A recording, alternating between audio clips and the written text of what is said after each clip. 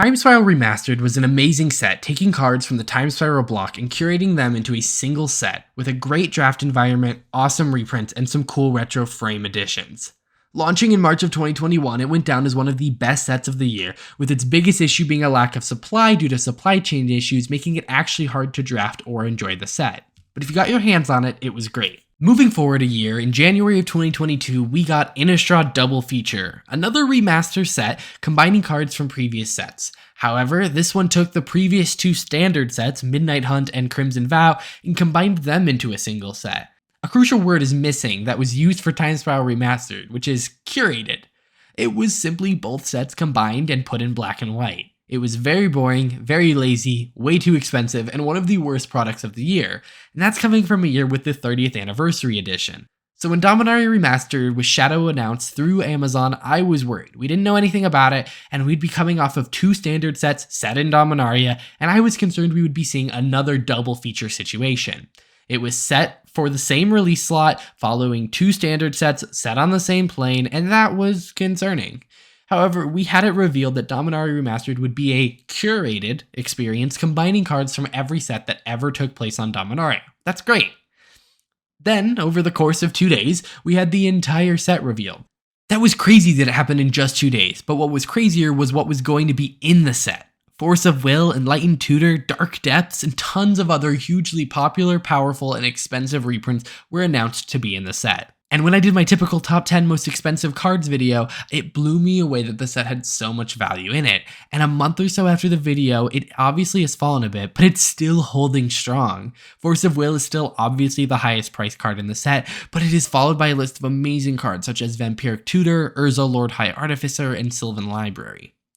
So, on a reprint level, I believe it actually surpasses Time Spiral Remastered, as the set was more limited in what it could reprint and had to rely on that retro frame reprint card slot to introduce new cards not in the original block, while this has those cards throughout and it feels a little bit more cohesive.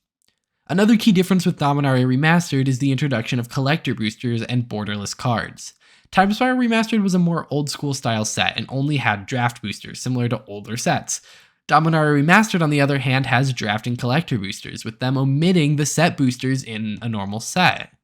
With that, there are multiple styles of cards within the set. For Time Spiral Remastered, there were only the cards and the retro frame reprints, so there was only one version of each card printed. With Dominaria Remastered, we do get a little bit of skew bloat with retro frame and borderless versions of cards. However, I feel it's a reasonable amount, with awesome art and cool borders. It doesn't seem to overdo it in a way that I felt the Brothers War did with its variants. However, expensive reprints and cool borderless cards mean nothing if the set is unorderable or way too expensive. And while it is more expensive than a standard set, it looks like packs are going for about $4.50 to $6 per pack online, which isn't that much more than a standard set, and the potential output seems so much higher. And that doesn't even account for the retro frame and borderless options, which aren't even in my financial calculations right now. On top of that, the collector boosters seem to be going for about $20, which is very similar to what standard set collector boosters are going for as well. It's crazy how close in price it is to a standard set, and marks a significant improvement over Time Spiral Remastered in the fact that the boxes shouldn't have been going for $300 to $500 a piece. Okay, so better reprints and a better price than one of the best sets of 2021. I believe so. They also have really cool retro basic lands, which aren't as cool as the introduced retro reprints in Time Spiral Remastered, but it does continue the same trend as Time Spiral Remastered using nostalgia.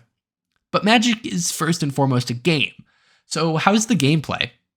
Well, as of this point of filming this, I've only been able to do simulated draft, but it's been a blast. I don't think it's as strong as Time Spiral Remastered, or at least as fun, but it's still a very enjoyable experience with lots of fun and iconic cards. I'm excited to draft it in person and see what the long-term health of the draft looks like, but it looks great as of now. Overall, Dominaria Remastered is a great return to form, away from the lazy style of double feature and back to the Time Spiral Remastered style, which will hopefully do even better without the major supply chain disruptions that Time Spiral experienced. But that's just my opinion. I want to know your guys' thoughts in the comments down below.